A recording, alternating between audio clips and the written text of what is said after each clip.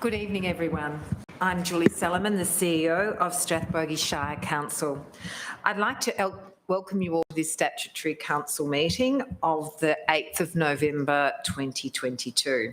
I'm chairing the meeting in accordance with Governance Rule 9 until the election of the Mayor is concluded.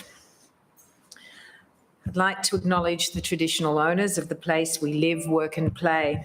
We recognise and respect the enduring partnerships and relationships that they have with their lands and waters, and pay my respects to their elders past, present and emerging. Today we are meeting on the lands of the Taungurung peoples of the Eastern Kulin Nation, whose sovereignty here has never been ceded. I'd like to outline how the meeting will work this evening. The meeting is held in accordance with Strathbogie Shire's governance rules.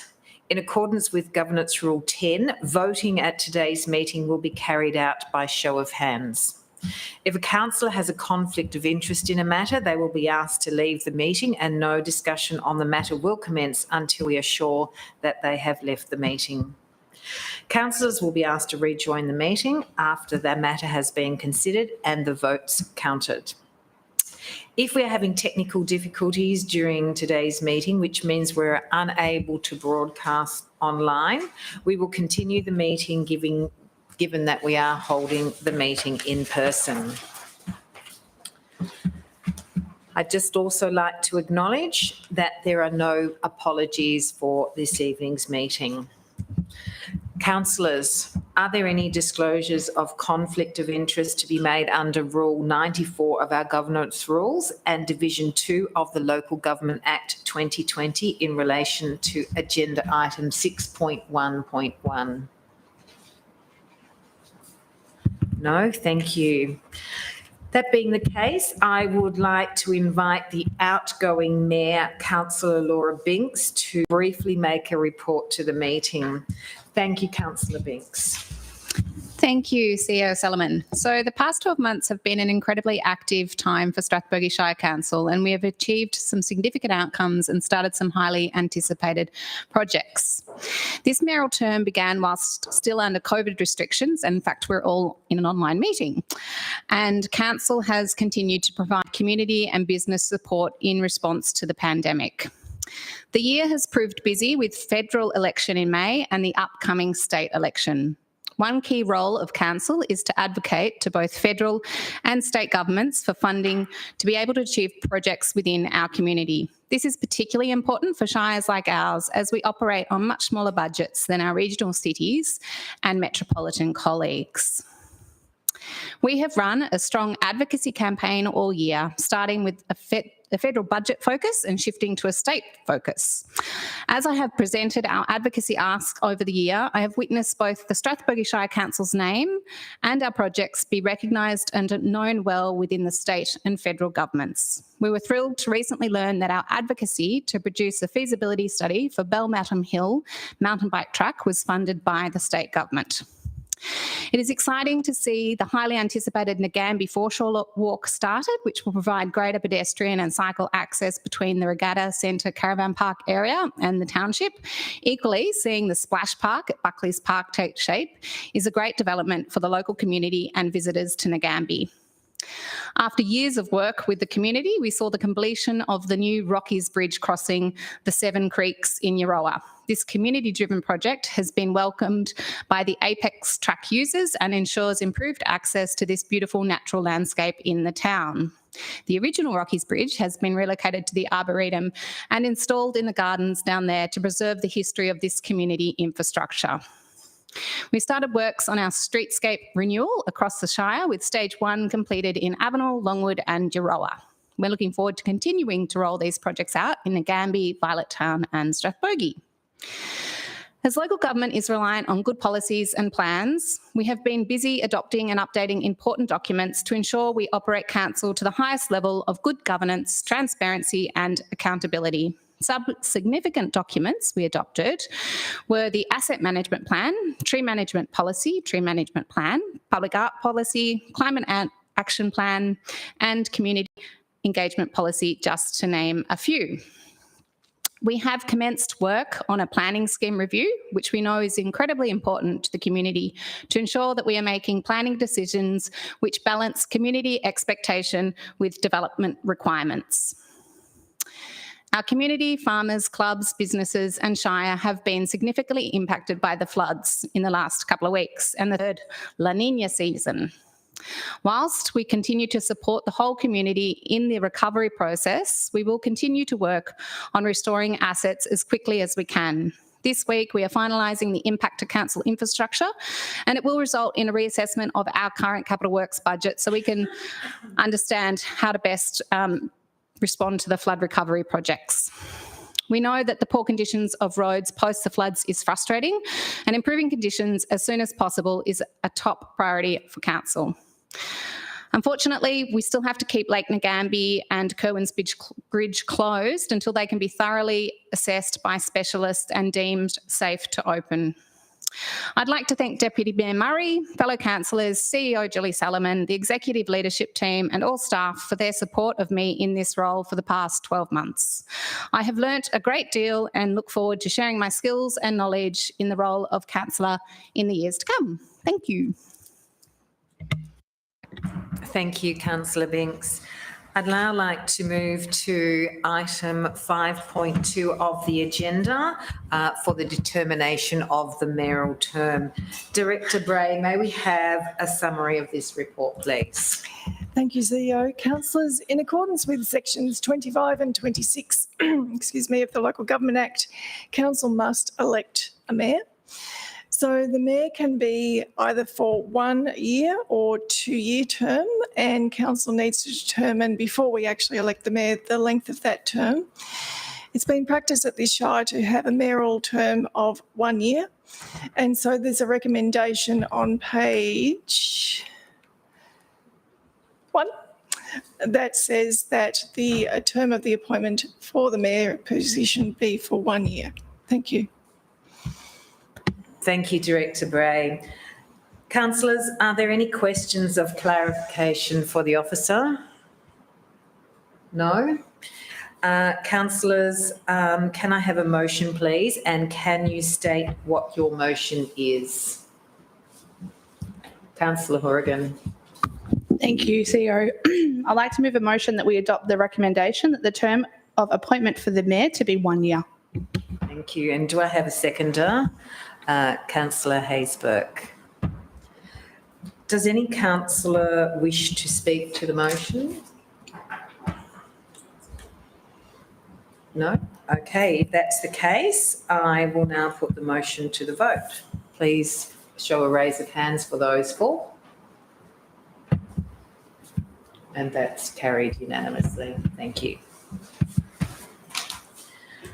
We now move to item 5.3, provision of a mayoral motor vehicle. Director Bray, may we have a summary of this report, please? Thank you, CEO. Councillors, it has been, again, tradition over the past few years for council to provide a vehicle for the mayor, given the amount of travel and the lack of public transport, and also just reflecting the nature of the role. Under the council expenses policy, the provision is required for a contribution from the mayor from their allowance. Currently, that's set at $200 per month, and it's actually been at that level for a couple of years now. There's a recommendation on page 2 of the agenda that seeks to apply the rate cap of 1.75% to that contribution, which would index the amount to $235 per month. So the recommendation on page 2 is that we continue to provide a mayoral vehicle and that the mayoral contribution taken out of the allowance is $235 per calendar month. Thank you. Thank you, Director Bray. Councillors, are there any questions of clarification from the officer? No, if that's the case, councillors, can I have a motion, please, and can you state what your motion is? Councillor Dickinson.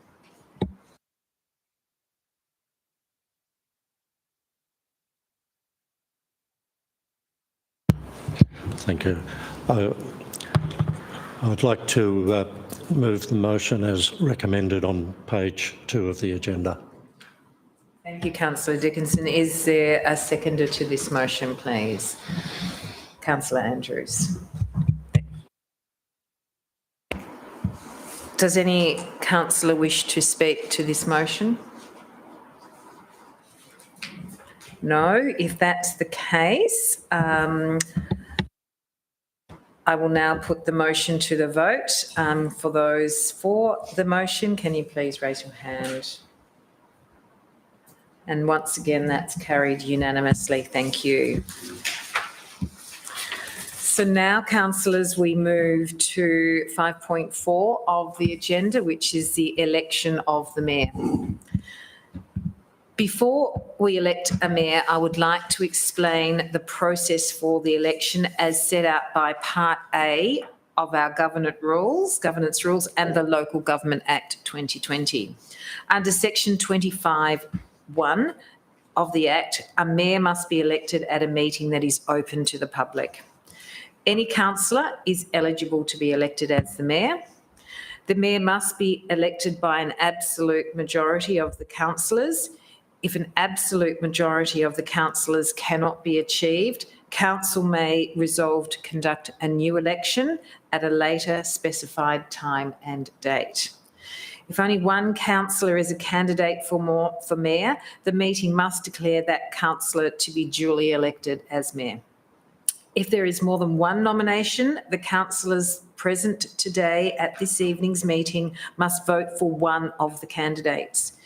In the event of a candidate receiving an absolute majority of votes, that candidate is then declared to have been duly elected. Rule 11.1 requires nominations for the office of the mayor to be in writing and in the form prescribed by me. It must be seconded by another councillor. Councillors, I have received one nomination for the office of mayor from Councillor Binks and seconded by Councillor Hourigan. Councillors, are there any other nominations to be made in accordance with Governance Rule 11.1?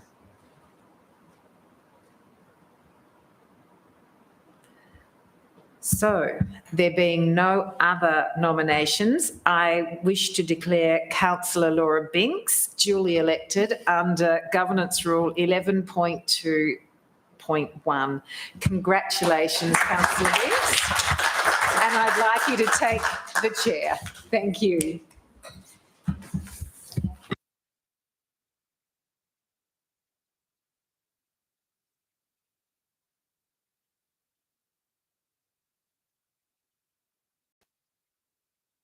Thank you, Julie, and thank you, fellow councillors, for supporting me for a second term. I'm committed to good governance, kindness and inclusion in my role as Mayor, and I welcome the opportunity to continue to lead Strathbogie Shire Council as we navigate flood recovery, build strong partnerships with the new federal government and continue to work with the state government in the wake of the election later this month. I will continue to develop relationships with our many stakeholders and build on those key relationships which are integral to the success of Strathbogie Shire Council. I'm committed to fostering a collaborative approach within our council networks, and I believe that this will be critical to a successful recovery post-floods. So many in our sectors, our neighbours, have been hit hard by the floods, and I know that if we work cooperatively together, we'll have greater success in our recovery endeavours. I acknowledge that the focus of the coming year has shifted significantly in response to the floods, and whilst this will be the priority of our work, I will continue to ensure that we work to achieve our council plan to the best of our abilities. I look forward to continuing to work with our incredible community, our staff, all of you, and our partners in state and federal government to ensure that we have a strong, sustainable and financially sound future for our shire and community. Thank you. Oh, I can leave my microphone on. back to this thing. Okay, so councillors, we now move on to item 5.6 of the agenda, determination of the establishment of the Office of Deputy Mayor. Director Bray, may we have a summary of this report, please? Thank you, Mayor. Councillors, a council may establish the office of Deputy Mayor. It's not a mandatory requirement under the Act, I need to point out. Should the council establish the office, the Act does talk about the roles and responsibilities that the Deputy Mayor will undertake. And they include, if the Mayor's unable for any reason to attend a council meeting or part of the meeting, they would then take the chair. If the Mayor's incapable of performing duties of the office of Mayor, including absence or illness, they would undertake their duties and also undertake the duties of Mayor if for some reason the office of Mayor becomes vacant. If council decides not to appoint a Deputy Mayor, from time to time as the need arises, council can resolve to appoint an acting Mayor when and if that is required through a council resolution. It's considered, however, prudent to establish the office of Mayor, a Deputy Mayor, given the long-standing tradition of doing so at Strathbogie Shire, and also just to ensure continuity in service should there be any issues in terms of the Mayor being able to attend meetings. So, councillors, there is a recommendation on page 4. There's 2 parts to that. The first one is to establish the office of Deputy Mayor. And the second is to align that term to 12 months to align with that of the Office of Mayor. Thank you. Thank you, Director Bray. Councillors, are there any questions of clarification for Director Bray? No. Okay, that being the case, councillors, can I have a motion, please? And can you state what your motion is? Councillor Andrews. Thank you, Mayor. I move that the motion or recommendation on page 4 of the agenda be adopted. Thank you, Councillor Andrews. Is there a seconder to the motion? Councillor Hayes-Burke. Thank you, Councillor Hayes-Burke. Councillor Andrews, would you like to speak to the motion? No. Councillor Hayes-Burke, no. Would any other councillor like to speak to the motion? No. Okay, that being the case, can I see a show of hands for all those in favour, please? And that's being carried unanimously. I declare that carried. Thank you, councillors. So, councillors, we now move to item 5.7 of the agenda, election of Deputy Mayor.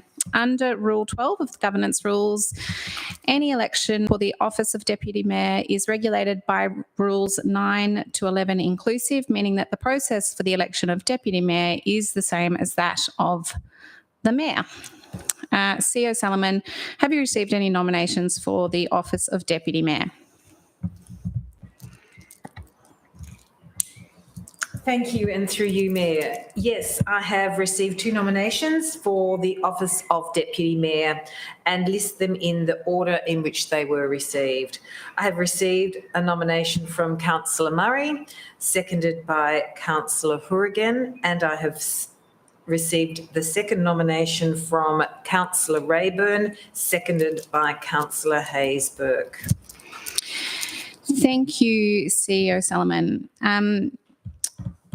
Councillors, the CEO has received 2 nominations. Are there any more nominations to be made in accordance with Governance Rule 11.1?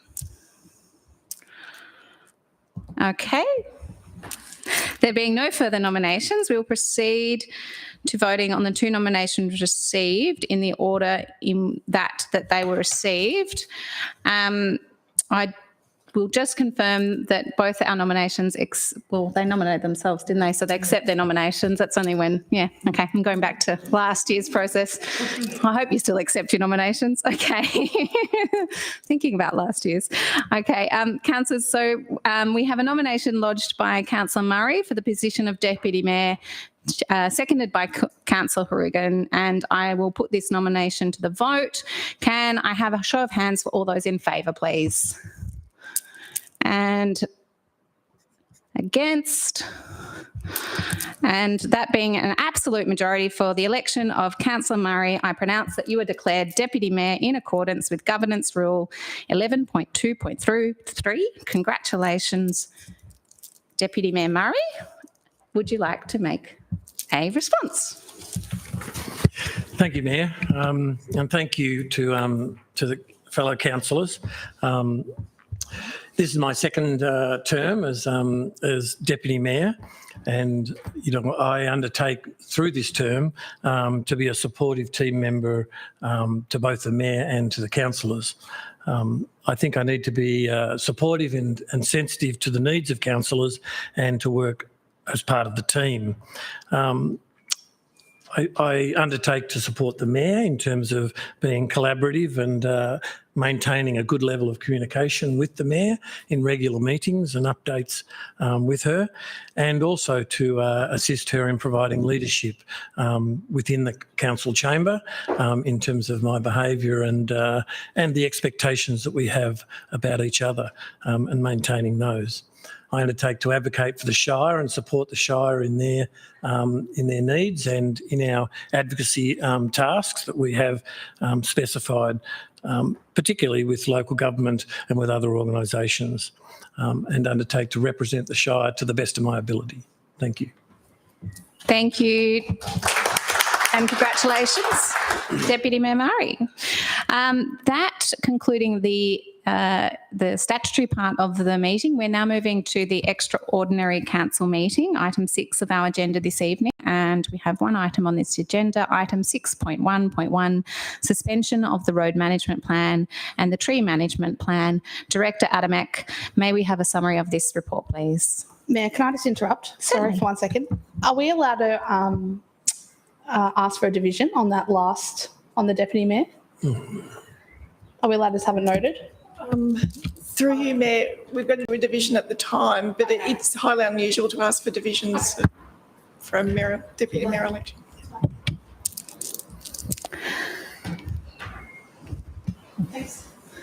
Thank you, Mayor Binks. Suspension of the road management plan and the tree management plan. The last 3 years, La Nina activity has seen increased rainfall, which in turn created a higher volume of maintenance activity on our roads and drainage network.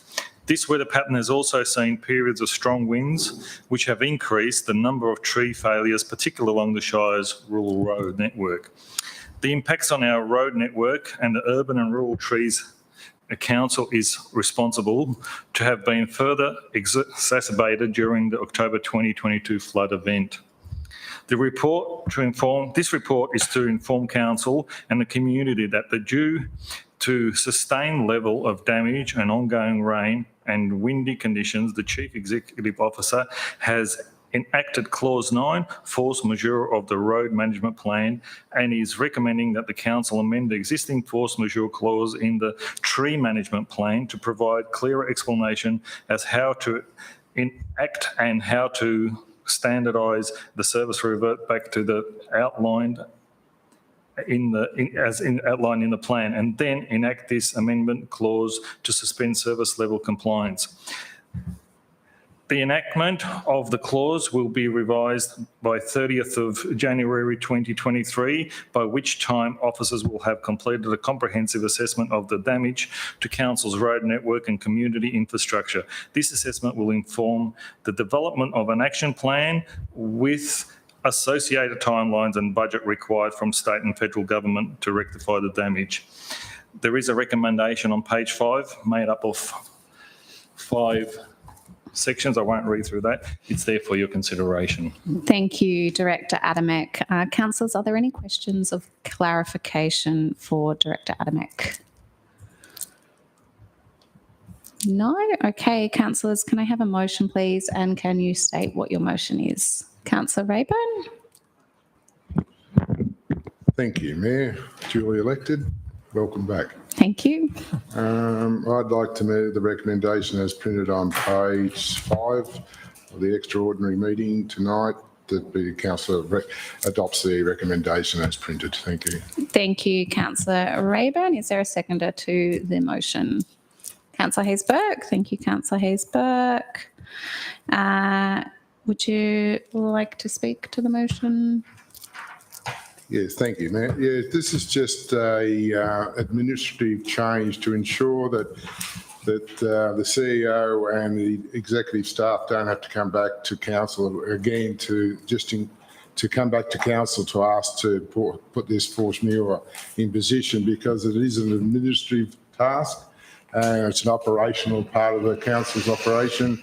So we take it out of our hands and give it back to where it should be. Thank you. Thank you, Councillor Rayburn. Would any other councillor like to speak to the motion? No. Okay, that being the case, councillors, I'll put the motion to vote. Can I see a show of hands for all those in favour, please? And against? And I declare that carried. Thank you, councillors. Okay, that concludes the consideration of tonight's agenda. The next monthly meeting of the Strathbogie Shire Council is scheduled to be held next Tuesday, November the 15th, 2022, here at the Royal Community Conference Centre and the Shire offices at 6 p.m. Councillors, there being no further business, I wish to declare this annual statutory meeting and extraordinary council meeting closed at 6:25 p.m. And thank you for watching, community, and good evening.